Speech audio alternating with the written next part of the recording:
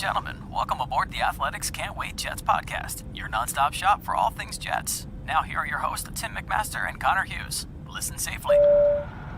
Can't wait. Hey, YouTube viewers, check out our sponsors in the description below the video. We love that. This episode of Can't Wait, presented by BetMGM, the exclusive betting partner of The Athletic. Sign up at betmgm.com using the promo code TheAthleticPod. 2 days of NFL free agency down, 2 big days for the Jets. Day one, all about the offense. Day two, they shift gears and they look at the defensive side of the ball and really cover up 2 big holes that they needed to. Tim McMaster here along with Connor Hughes. One more day without Marissa Morris, but I'm going to say this, Connor, before we get into the free agency. Last night, we said we're going to go live. We were right on time. Tonight, we said 7 o'clock, right on time.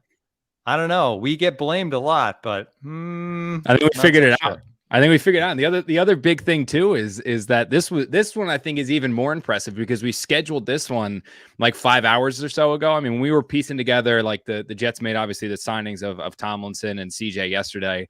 And that's when you and I were like, we sent the text message in our little group chat. We're like, all right, I think we should probably do a podcast tonight. It's a big deal. Like, is anything else coming? But we had that. We had Gilmore to talk about, Williams to talk about.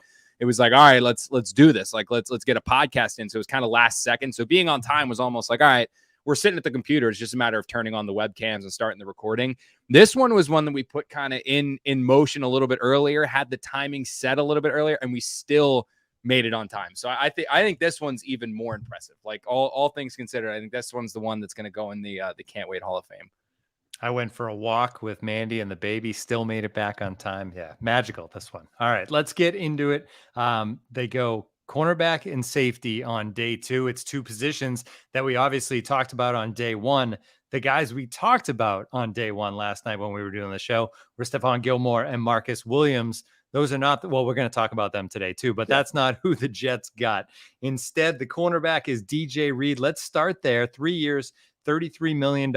And there's kind of a common thread here in this free agency period, Connor, and that's guys with ties to the Niners, right? They get the O-line yesterday with the Niners tied, and then DJ Reed, drafted by the Niners in 2018 when Robert Saleh was there, ended up in Seattle after a big injury, but now he comes back to Robert Saleh's defense.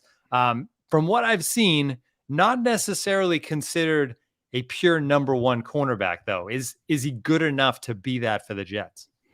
Yeah, so here's the thing, and this is what I kind of want everyone to remember, and it's why the Jets were not actively involved in the J.C. Jackson sweepstakes. It's why they didn't go out there and give an absurd contract to Davis from Tampa Bay. It's why I don't know if you'll see the Jets invest a significant draft pick in terms of the number 4 selection, number 10 selection, or a top 10 selection in the coming years in a cornerback. And the reasoning for that is that this defense that the Jets run, the one that Robert Saleh helped build originally in Seattle and then really build in Seattle, then kind of fine tune it and tweak it a little bit in Jacksonville, and then really put it into effect and perfect it in San Francisco, is it's one that's not really reliant on lockdown corners outside. What this defense needs outside is competent corners who can play man coverage and can win their one-on-one battles. That's what the Jets want. They don't need Jalen Ramsey out there. They don't need Deion Sanders out there. I mean, that's why you saw them when they were at their best in San Francisco. They kind of had just not really big name corners outside, aside from Richard Sherman.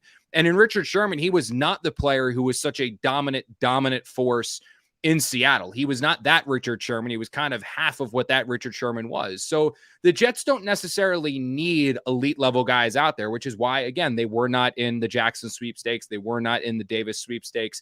They have never been considered a team that's been in the market for trading for a number 1 cornerback. So when they came out here and they were able to get DJ Reed, what they're getting is a player that obviously has a pretty good understanding of Robert Saleh's defense. Saleh worked with them in 2018, 2019, and then a portion of 2020 before he then was cut.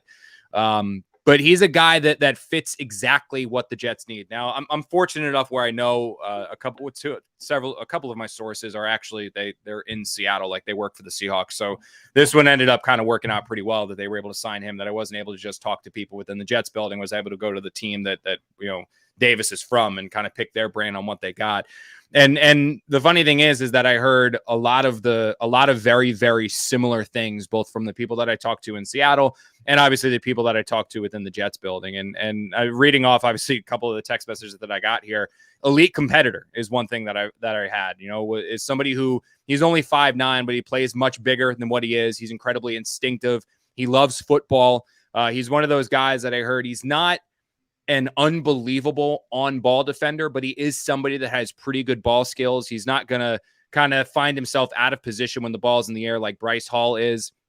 He's a guy who, and this was told to me both by people in Seattle and people in the Jets. In fact, this was literally the exact same quote that I got from two completely different people unrelated to each other. And it was, he's a very good to top end number 2 cornerback. That's what he is he's not a number 1.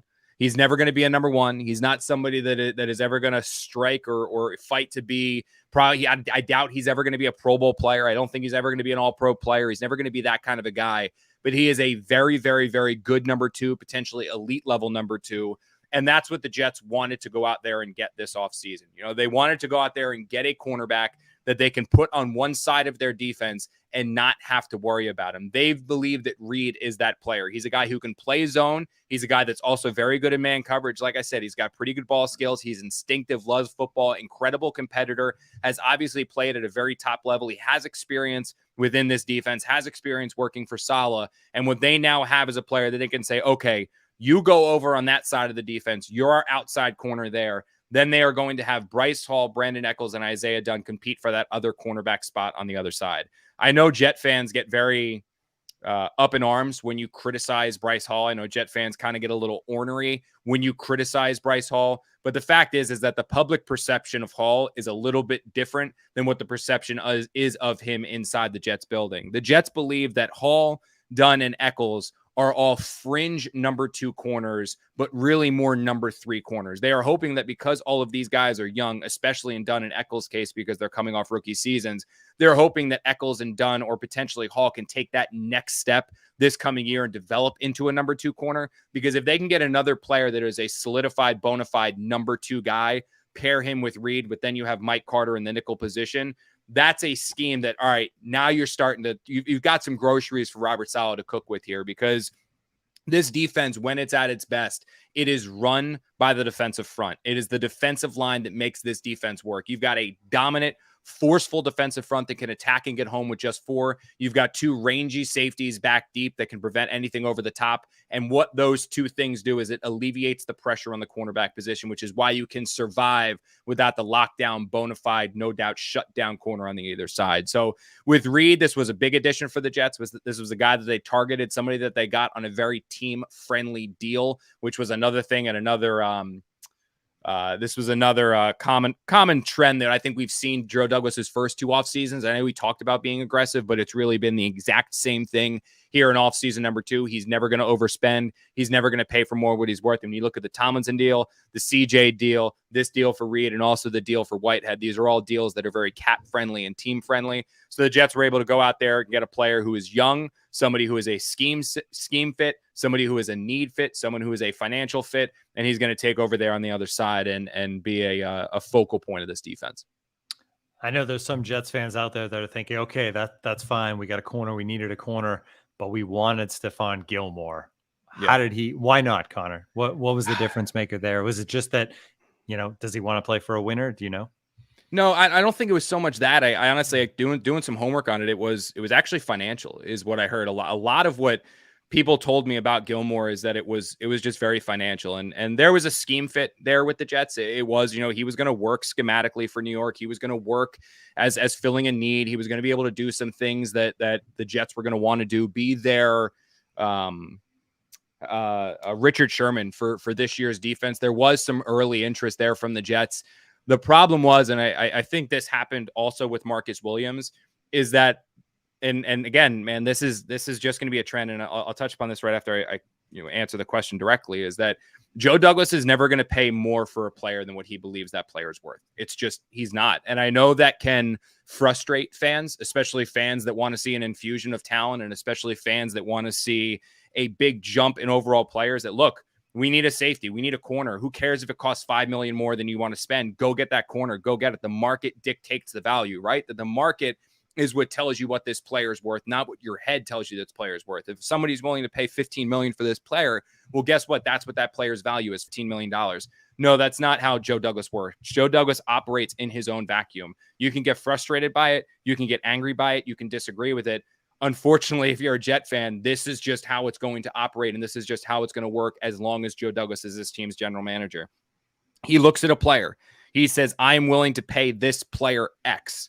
As soon as that player gets more than X, well, here's this player's options. You either come and play for the Jets for that price, or you go and play for that other team. That's just how it's going to work. Joe Douglas is never going to pay a Jets tax. He's never going to pay a player more money to come play for the Jets. Eventually, he wants to build this team to a point where he gets a Jets discount, where the Jets are a dynamic team and a dominant team and a team that is consistently in contention. So you see players take pay cuts and you see players take less money to come play for a winner in the Jets. Unfortunately, the Jets are not at that point. Until they get to that point, this is how Joe Douglas is going to operate. From what I understand, Stephon Gilmore was looking for $14 million annually. That's the contract that he wanted. The Jets were never going to pay Stephon Gilmore $14 million. That's not what they were willing to do. So what they did was when they realized that's what Gilmore wanted, they pivoted. They pulled themselves out of the Stephon Gilmore sweepstakes and they said, okay, where else can we go? They found a player in DJ Reed that they were able to get for $11 million annually. We'll see the exact contract structure when it comes out, but on a 3-year deal, knowing how Joe Douglas has operated over the last 3 years, I can tell you, and I can almost assure you that this is really just a 2-year deal and they're going to be able to get out of it after 2 years. I can promise you that. We'll see how the structure works out, but the Jets were able to get a younger player who still fills a need, has obviously immense experience within this defense, and at a cheaper price than what they were able to get Gilmore. And at 25 years old, which I'm not mistaken, again, this has been a very long day, but long 2 days. I believe Reed's 25 years old. So you're getting a player that's also on the upswing, and there's still a lot of years left for him to play quality football. With Gilmore, you probably only got 1 or 2 years. So look, the Jets, there were things they liked about Gilmore, but what it ended up coming down to was finances. And now you're going to hear that a lot, that Joe Douglas just isn't willing to pay over a certain price. At $14 million, that was never something he was going to be willing to do for Gilmore. Gilmore wasn't really to go less. So the Jets said, look, instead of trying to fight this one and wait this one out, here's a player we like just as much. Let's go that route. Now, one real quick thing and I put this in my story on Reed, which you guys can go read on The Athletic.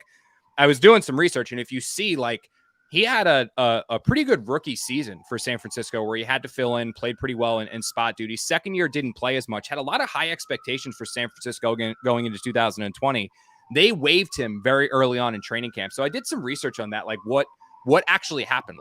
Why did the Jets or the 49ers, and specifically Robert Saleh, have a guy that clearly showed promise as a rookie? They were developing, growing, and seemed like he was going to really take over in that third year in the defense in 2020. Why did suddenly he get cut? You know what I mean? And what I was able to turn out was that it was actually just really bad luck. So in the offseason, the COVID offseason before the 2020 season, before training camp, Reed suffered an injury, a non-football injury. That injury that the 49ers found out was expected to keep him out until the middle portion of the season. Because of the COVID restrictions on San Francisco and the rest of the NFL, it was basically going to be roster gymnastics hell to try to find a way to keep Reed around the team while also still practicing and getting guys ready. It was just going to be absolutely hell. So what they figured they could do was, okay, here's a guy who's not going to be available for 5 weeks. He's not going to be ready until the middle of the season. There's really no one who's seen that much of him because he didn't play much his sophomore year, not nearly as much as he did his first year. He's clearly not going to be ready for a while. Let's cut him. Let's stash him on our practice squad, and then we'll be able to really bring him into the picture later on in 2020 and especially in 2021. Unfortunately for the 49ers, that they cut him, and they cut him on August 4th, and on August 5th, he was claimed by the Seattle Seahawks. So the Seahawks obviously were well aware of him. They run a similar scheme to Robert Saleh and the 49ers. So the Robert Saleh and co trying to sneak him and company. Same division, so they saw him twice a year. Yeah, exactly. Yeah, so they tried to sneak him through and get him on the practice or get him on their injured reserve list and keep him and stash him there. It did not work. The Seahawks saw him, claimed him, waited it out. So they waited it out for a little bit. Then eventually he was able to take over, played so well in place of Dunbar. They ended up being the starter the rest of the 2020 season. You saw him really come into his own in 2021. And now obviously as a free agent, the Jets wasted no time. And Robert Saleh wasted no time bringing him back under his wings. So Reed's 25, as you mentioned. Jordan Whitehead, 24 today, 25 on Friday. So he's almost there as well. A nice happy birthday gift for Whitehead, signing with the Jets. 4-year starter with the Bucks. Here's a guy that won a Super Bowl 2 years ago. And Connor, it's the safety. How does he fit versus a Marcus Williams? Yeah, quote I got on Whitehead. Well, they're two very different players. I mean, right. I think let's talk a little bit on Whitehead first, and we'll go into what kind of happened there with Marcus Williams. But quote I got on him from a source was that is literally quote unquote underrated bulldog. I mean, this guy's instinctive. He's hard nosed. The one downside of him, and this is a legitimate downside, is he's small. He's not a very big player. He's not very tall. He's not very big. That doesn't stop him from playing physical, but the height is at the size of him is sometimes at a disadvantage. He's a smart player. He communicates. He's elite competitor, loves football. Obviously, you're going to hear that a lot from players the Jets sign. That's what they want to add. He has the ability to play interchangeably, both safety spots. He can play strong. He can play free. The story's up on The Athletic, which goes into a detail specifically where he played last year, but he played a ton of snaps in the box. He played a ton of snaps split wide, played a ton of splats in the slot. He also played a ton of snaps, obviously, at his natural free safety position. He can play man. He has no problem getting his nose dirty and going in there and playing the run. More than anything else, this is a guy who is very, very, very durable. Very, very durable. I think he's had 64 games in his career, and if I have the numbers right, out of the 64 games, I think he's played in 59 and he started 55. So he's been a mainstay in that Tampa Bay secondary for a very, very long time. Again, he's a great guy. They loved him in Tampa. The Jets are going to love him here. Again, a guy who loves football, and that's something you're going to hear from everybody the Jets sign. They want to get guys who love the game in this building. They believe that mentality and that thought is infectious, and that's why they added him in here. I mean, another 3 words that I got from another team source was young, hungry bulldog. I mean, that's what everyone's saying about this kid. So good player, and he was somebody the Jets targeted pretty early on. Yeah, and then as far as Williams goes, same thing we do with Gilmore. You know, they don't get Gilmore, they don't get Williams. Yeah. Look, man, it was money. That's really what this was. So there was like a recurring theme. Yeah, I mean, here's the problem with the Jets, and unfortunately, this is going to be a problem until this team turns it around. I mean, they're 6-27 over the last 2 years, and the only thing that makes that look a little better is if the year before that they went 7-9, but that was starting 1-7 when they were out of the playoffs, and they just happened to beat up on some really, really bad teams. So if the money is equal, and you have a contender asking the guy to come play for them, and the Jets, no one's going to pick the Jets. If the money is equal, nobody is going to pick the Jets. That's just how it's going to work. So if you want that player to pick the Jets instead of the other team, you're going to have to pay what everyone calls that Jets tax. You're going to have to pay more money for that player to come and play for you. If the Jets wanted Marcus Williams was not coming to the Jets for the exact same deal that he was getting from the Baltimore Ravens. So the Baltimore Ravens offered him and got him for it was 5 years, $70 million, an average of $14 million per year. The Jets were never going to get him for that same contract as long as the Baltimore Ravens were involved in that. It just wasn't going to happen. They were not going to. So if they wanted Marcus Williams, they were going to have to pay him $16 or $17 million annually. Joe Douglas was not willing to pay a safety $17 million annually. That's just not what he was willing to do. And that's what he would have had to do if he wanted to get Marcus Williams. So from what I understand, they never made a final contract offer to Marcus Williams just because they needed his number to get down to a point where they would go after there and attack him. When the number got down to a point where they go out there and attack him, the Baltimore Ravens were already in there. And Marcus Williams was never going to play for the Jets as long as the money was equal with the Ravens. And the Joe Douglas, which is, again, you can be frustrated with him. You can disagree with him. You can get angry with him. You cannot be happy with this. But as long as he is general manager, he's never going to pay the tax. He is never going to pay a player more than what he believes that player's worth to get him to pick the Jets over somebody else. It's just not going to happen. What he's going to do is he's going to let that player go somewhere else, and the Jets are going to pivot, and they're going to go sign the player that they can get at their value. And if you think about it, if the Jets were going to have to get Marcus Williams, right? If the Jets were going to pay Marcus Williams, you can say conservatively it was going to cost them about $17 million to get him, right? They were able to sign Whitehead and Reed for $18.5 million annually.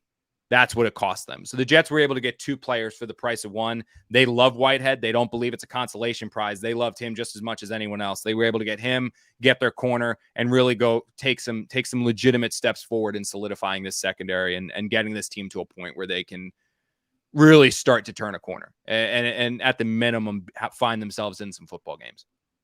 All right, we still have to talk about Marcus Maye. We have to talk about what comes next. And of course, we'll check in on the draft too, now that 2 more players are heading to the Jets. But first, quick break.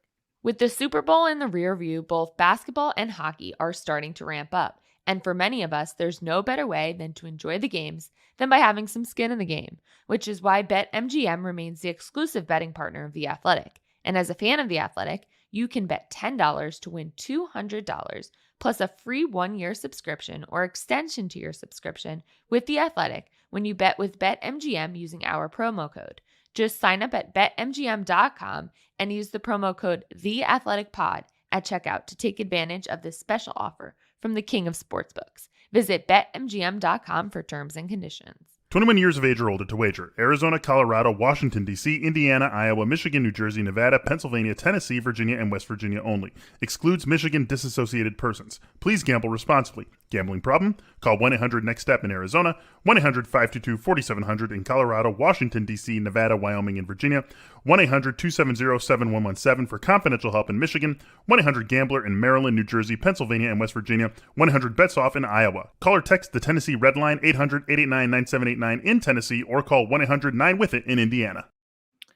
When the moment for intimacy arrives, you need to be ready. Roman ready. ED is more common than most people think. In fact, 52% of men between the ages of 40 and 70 will experience some form of ED. The benefits of ED treatment can help you reconnect with your partner. Roman ready is confidence personified. It is the self-assurance that comes from knowing you've prepared yourself for the moment when intimacy arrives. Roman's system is completely confidential, totally discreet, no big logos or labels on the packages. With Roman, you can get a free online evaluation, ongoing care for erectile dysfunction, all from the comfort and privacy of your home. A U.S. licensed healthcare professional will work with you to find the best treatment plan. And if medication's appropriate, it ships to you free with 2 days shipping. The whole process straightforward, convenient, and discreet. Getting started, simple. Just go to GetRoman.com/wait and complete an online visit. Go to GetRoman.com/wait today. If you're prescribed, get $15 off your first month of ED treatment. Make sure you're ready to have the confidence and control this spring. Roman ready. Just 2 dudes sitting here talking football, doing ED reads. That's right. It's life. Podcasts across America doing Roman ads. All right, let's get back to it. Marcus Maye, next topic on the board, Connor, as you know, it's coming out a little bit that the door is not shut on Marcus Maye returning to the Jets. The Jets still like him very much, but there's a lot to kind of unpack here because here's a guy that suffered a brutal injury. He's got to get healthy again. And he's also got a likely suspension. So does that mean that the Jets partially like the possibility of him coming back because they could probably get a discount on him? Oh, they will get him on discount. I mean, because right now he's 29 years old. You know the suspension is coming, and you have no idea really what type of player he's going to be when he comes back. I mean, he's going to have to sign a prove-it deal no matter what he does. I mean, anywhere no one's going to give Marcus Maye a deal paying him 10, 11, 12, 13, 14 million dollars a year. I mean, that flew out the window the minute he ruptured his Achilles tendon. I mean, that's just over. And then you add in the uncertainty with the suspension, and you've got a guy who was injured also. He was injured kind of midway towards the later end of the season. This wasn't like it was a September injury. I mean, he was injured a little bit later on. You don't know what he's going to be like rehab. You don't know when he's going to be back on the field. So it almost makes sense for both sides to come back together. You know, if you're Marcus Maye, this is a defense that you know because you were in it last year. It's a coaching staff that you know because you worked it last year. And it's a team that you know because you've been with them since, what was it, 2017, 2018, whenever he was drafted, the year before Sam. So this is now a situation that's kind of unfolding where for Maye, it makes a lot of sense to come back. And for the Jets, there are a lot of people within this building that still very much like Marcus Maye. Robert Saleh specifically. Robert Saleh is a massive Marcus Maye fan. Loves him as a player, loves him as a person, loves him as a competitor, loves him as a leader. I mean, Robert Saleh is a huge Marcus Maye fan. Marcus Maye's issues with the Jets were never Robert Saleh related. It was his agent and Joe Douglas going at it over, why haven't you paid my player yet? If you're not going to pay my player, let him go somewhere where he's going to get paid. So from what I understand, the door is absolutely, and Albert Breer was the first one to report this. And I'll be honest with you, I didn't think it was possible. Like, I had never in a million years thought there was a chance that Marcus Maye was going to go back. I saw Breer tweet it. I was like, all right, well, I might as well check in with the people in the Jets to see if there's even any validity to it. And the first thing that I heard back was absolutely. So this door is wide open. The Jets absolutely would love to have him back. And if they do, you're talking about a safety position now that's starting to look a lot better than what it did. I mean, you do have Ashton Davis coming back, which I know Jet fans absolutely hate Ashton Davis, right? And for understandably so. I mean, the guy really hasn't shown anything since they made him the third round pick in 2020. But if you think about it, this was a guy who was considered a developmental project. He did not have OTAs or minicamp as a rookie because COVID took that away from him.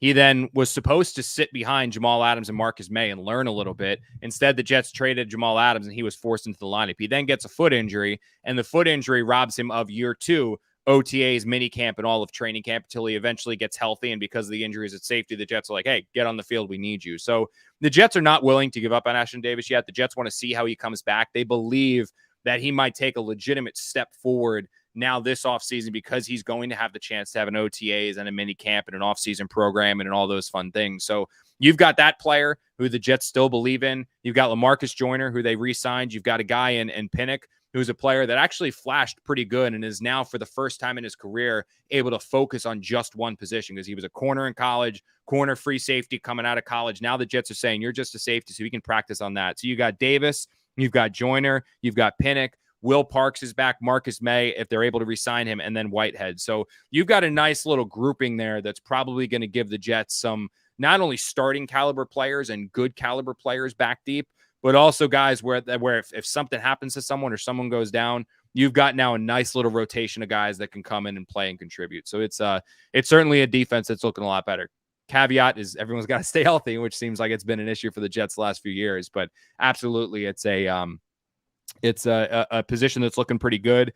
And Marcus Maye's return makes that look even better. And like I said, from what I understand, it's very much in play, and it is something that the Jets would absolutely welcome. The Jets would absolutely love. It's just going to come down to, does Marcus Maye want it to? Yeah, I mean, he'd be a big if as well. But if you're not depending on him to be a starter, and obviously he's not even going to be healthy at the beginning of the year, then hey, it's worth the risk if it's cheap. I think I Joyner, right, man, and that's the other thing is people forget that, like, the thing about LaMarcus Joyner, I think that was a very big re-signing for the Jets because he's another one that this coaching staff really liked. I mean, he is so extremely versatile, and he is proven to be one of the best free safeties in the NFL when he's allowed to play free safety. I mean, that's where he got to with the LA Rams. I mean, he started playing free safety. When he was playing free safety, he had something like a Pro Football Focus grade in the 90s, like when he was a free safety. Hits free agency, the Raiders sign him. For some reason that I can't piece together, the Raiders stuck him at nickel corner and refused to play him free safety. All he played for John Gruden was nickel corner, and he's just not a nickel corner. He's a free safety. So he was coming back to the Jets. He was rejuvenated. He was excited. He was alive. He was back to playing the position that he is best at in a defense that's going to give him the freedom to really excel and let his playmaking ability show. And unfortunately, he suffers that injury like 6, 7, 8, 9 reps into the 6, 7, 8, 9 snaps into that game in the opener, and he's lost for the entire season. So his injury actually isn't nearly as severe as what Marcus Maye's was, where you're like, oh my God, is he going to be the same player? With Joyner, it's just about knock off some rust and see what you can't do. So he's a player that I'd be very, very excited if I'm a Jet fan about him coming back, because again, this was a very, very borderline elite level free safety when he was playing for the Rams, and then just hasn't played free safety since he played for the Rams. So having him in the mix, having Whitehead in the mix, and like I said, seeing what maybe you don't have in Pinnock and Davis. I mean, there's a nice little grouping of players here for the Jets. All right, so let's look ahead to the draft now, because I feel like the view on the draft changes a little bit from when we were talking about it yesterday to now talking about it now, because we were talking about Hamilton. Now they've gotten a quarterback, they've gotten a safety. We talked about Sauce too. Those are two guys that'll still be there. They could certainly still use another corner. But when you look at this draft and the top of that first round, do things look different for you? I mean, we talked about the number 4 pick not being either of those guys anyway, right? We talked about either Thibodeau or one of the linemen. So that probably doesn't change. No. And man, I mean, look, we've talked about this so much, both in the podcast and through print, right? I mean, the Jets had they basically had 7 holes when this off season began that it was imperative that they fill. And those holes were on offense. It was receiver. It was tight end. It was right guard. Receiver being an X receiver, tight end, right guard. On defense, it was pass rusher. It was interior defensive line help. It was safety, and it was cornerback. Those were the 7 positions that before the Jets kick off the regular season in September, they needed to fill those positions. To this point in free agency, they've crossed off 4 of those positions. They've addressed corner, so they don't really need a corner anymore. If you want to add it, they draft a corner in the second round, that's possible too, but they've done a pretty good job of fixing corner. They've done a pretty good job of fixing safety with Whitehead. Can they add a safety, whether it's that kid from Clemson in the second round, maybe somebody in the third round? Absolutely. But they've taken care of corner with Reed. They've taken care of safety. With Laken Tomlinson, they've taken care of guard. With CJ, they've taken care of tight end. Now, they're definitely going to draft a tight end as well and try to pair him. They still might sign a tight end, another veteran tight end here as well, but they're going to draft another tight end, but they've got tight end taken care of as well. So now you look at this team right now and you say, okay, they started with 7. They've addressed 4. What positions do they need to fill? And those top 3 positions that are unaddressed, and if you look at the free agent market, there really isn't a way to address them competently and assuredly and get really legitimate playmakers there, is an X receiver, number 1 receiver. It is interior defensive line, and it's pass rusher. Unfortunately, the Jets missed out on Hill and the Jets missed out on Jones on the interior defensive line. You can't fault them. Jones went to go play with Russell Wilson, as we talked about this yesterday in Denver, and Hill decided to go back to Cincinnati, who are the reigning AFC champions. You cannot fault missing out on either of those 2 guys. When it comes to receivers, Calvin Ridley was going to be somebody they pursued. They lost him. There was no chance of them going after Calvin Ridley because Calvin Ridley got suspended for a year. They were in that. They were given the indication that he's not available. They were given that indication because the Falcons knew he was going to get suspended. With Amari Cooper, financially, that was not a player that they were going to go out and get when they viewed him as a declining player. So the Jets are now going into the draft needing to find interior defensive line help, receiver, and pass rusher. If you're putting a gun to my head and tell me what are they going to do at number 4 and number 10, I think they're going to take the pass rusher at number 4 and they're going to take a receiver at number 10. I think that is, I would put money down that that's what they're going to do at 4 and 10. I genuinely believe they're going pass rusher at 4. Is it going to be Thibodeau? Is it going to be somebody else? I don't know. I think from what I've heard, some of the concerns that have been overblown about Thibodeau and red flags and all this, I've heard it's kind of overblown. And you look at his skill and talent. I mean, I've said this from the beginning, man. I find it so hard to imagine defensive line oriented Robert Saleh, who came from the 49ers, who drafted defensive linemen top 10 every single year until they went to the Super Bowl. I find it very hard to see him not drafting the defensive lineman. Thibodeau sitting there staring him in the face at number 4. And then at number 10, I see the Jets going receiver. I think those are the 2 areas that they're going to go. Is they're going to go pass rusher 1, they're going to go receiver 2. You then go into that second round, and that's when I think you have interior defensive line is immediately at play. Safety is still at play there if they don't sign Marcus Maye. And then I think you could have tight end as well at play. So there's cornerback could maybe be in play. That's a possibility. Safety, interior defensive line, tight end. And I think that's what you're going to see in the second round, third round, fourth round. You'll see them fill out those rosters as well. But this is all about, and this is how team building works. I know everyone says BPA, BPA, BPA. That's BS. It's BPA at PON. Best player available position to need. That's the way you build a team. The Jets went into this offseason with 7 holes. They filled 4 of them. They've got 3 left to fill. How are they going to do that? They've got a lot of draft picks to do it. So if you ask me what they're going to do, in my opinion, like I said, pass rusher at number 4, receiver at number 10. I feel very confident in saying that's probably the direction that they're going to go. And then rounding out, you're going to see them really heavily invest on the interior defensive line. It would not surprise me in the slightest to see the Jets draft 2 interior defensive linemen between the second and fourth round. I genuinely believe that's a possibility there, along with a safety and tight end worked in. The one problem with the plan makes sense, right? You're filling all those needs. The one thing about the receiver is this draft doesn't have the guy at receiver, right? It doesn't have the guy that is going to step in and be that star. In fact, maybe it doesn't have a guy that's really going to be, it's deep, which is good, but just taking him at 10, who knows? But that's the one thing I think is whoever you're taking at number 10, if it's a receiver, you probably can't count on getting major production in 2022 from that player. No, I mean, I wouldn't even go that far, honestly. I wouldn't go that. I think you can. The issue is like there have been players that have kind of ruined the expectations and kind of screwed normal rookies and the expectations of normal rookies. And they're guys like Mike Evans, who had a massive rookie year, Odell Beckham, who had a massive rookie year, Justin Jefferson, who had a massive rookie year, and then obviously Chase, who just had a massive rookie year. The truth is that's the anomaly. Like most players are more Deebo Samuel, who's a player who had flashed some as a rookie, had a little bit of a step back year 2, and then exploded in year 3. Receivers are usually players that take 2 to 3 years to really hit their stride and really get off and running and really take off and thrive and really get to the point where they're dynamic players. It just takes them a little bit longer. I do know that there's a lot of, I talked to some people that know a hell of a lot more about the draft than I do and know a hell of a lot more about receiver than I do. And what I kind of talked to when I asked them about receiver, right? Because a perfect example is I talked to somebody yesterday about it. Like I called somebody that knows more about this, is much more locked into this than I am, and has a much better football eye than I do. And I made that comment. I was like, but I hear this is a weak receiver class. And the person stopped me and they were like, Connor, it's not a weak receiver class. The class just doesn't have a Chase in it. Like it doesn't have that no doubt bona fide top 5 receiver. Like there is a belief that Chase is going to be one of the top 5 receivers to play in the NFL for the next, if he's not already there, for the next 15 to 20 years. Not 20, 15 years. Like something like that. Like he's going to be like extended that a little bit further. Like it'd be Jerry Rice, like if he's playing Jerry for 20 Rice, years. yeah. But he's going to be one of the best receivers in the NFL for the foreseeable future. Like that is what the feeling is with Chase. In this year's class with these receivers, you have very good, potentially really, really, really good receivers. You know what I mean? Like Garrett Wilson's never going to be Chase, but that doesn't mean he can't be a number 1 receiver. London isn't going to be Chase or Mike Evans, but that doesn't mean he can't be a number 1 receiver, right? So unfortunately for the Jets is that they need a number 1 receiver and there's no Chase. You know what I mean? Unfortunately for the Jets, they need a number 1 receiver and there was no one available to sign in free agency and there was no one to trade for. So that's just the unfortunate part of it. But they're going into this one and they still like some of these guys.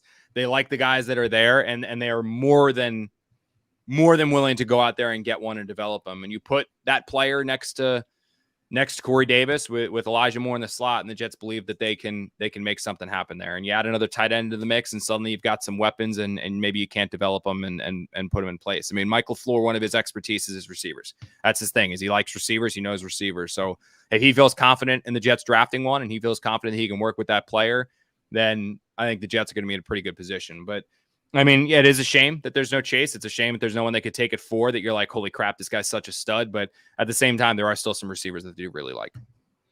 All right. So before we say goodbye, big signings done. Look ahead to the draft, or is there still a little more work to be done here? Honestly, man, it's if I saw something out there, the Jets were gonna like sign Chandler Jones. That's not happening. That's not happening. I don't know. And I've seen in the comment section here, a lot of people have asked about OJ Howard. From what I understand, OJ Howard's not happening either. He's not a player that they're interested in. That pass rusher market. Treader comments too. Yeah, I saw that. So here's the thing with Treader Treader is that I reached out to a source close to the situation for a little scouting report on JC Treader.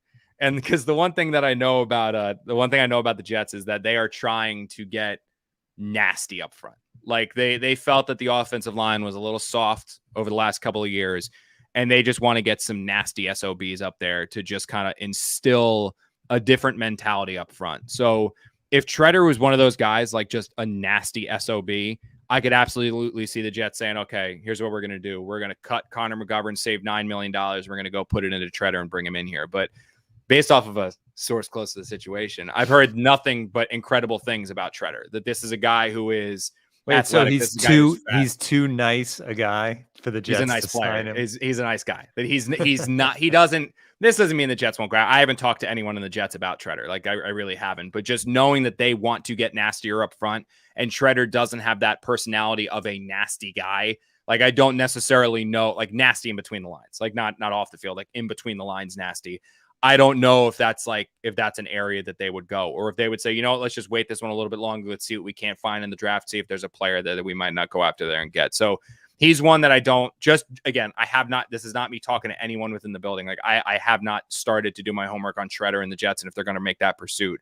But that was one of the reasons why they made a call on Jensen, was because Jensen's like that nasty SOB. Like, they want that mentality in there. And if Shredder's not that, I don't know if they'd want to move him out. Like, I really don't know if that's what they would want to do. But OJ Howard is not somebody that the Jets are going to go after. Allen Robinson, I would be very, very surprised if the Jets went after. Miles Jack, look, linebacker is not the need that the public believes it is within the Jets building. Like, the Jets believe that their issues at linebacker last year was because of their issues at interior defensive line. And if they fix the interior defensive line and they allow their linebackers to run free, by fixing the interior defensive line, they fix the linebacker position. If they go get Miles Jack or they go add a linebacker in the first round of the draft, he's just going to struggle as much as Quincy Williams or CJ Mosley did, because the Jets need to fix that interior defensive line. So the Jets love Mosley. The Jets love Hamza. The Jets love Sherwood. Like, they love what they've got working there, and they certainly love Mosley.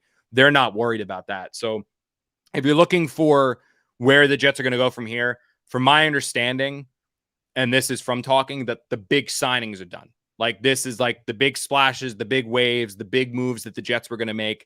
They made them. And the moves were Reed, the moves were Tomlinson, the moves were CJ, and the moves were Whitehead.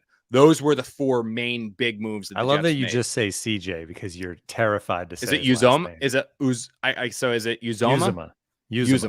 Uzomah. Okay, yeah, I was just sticking with according CJ. to my Google search. Yeah, Uzomah. All right. I haven't talked, like, we haven't met him yet because he hasn't officially signed because it's still a legal tampering period.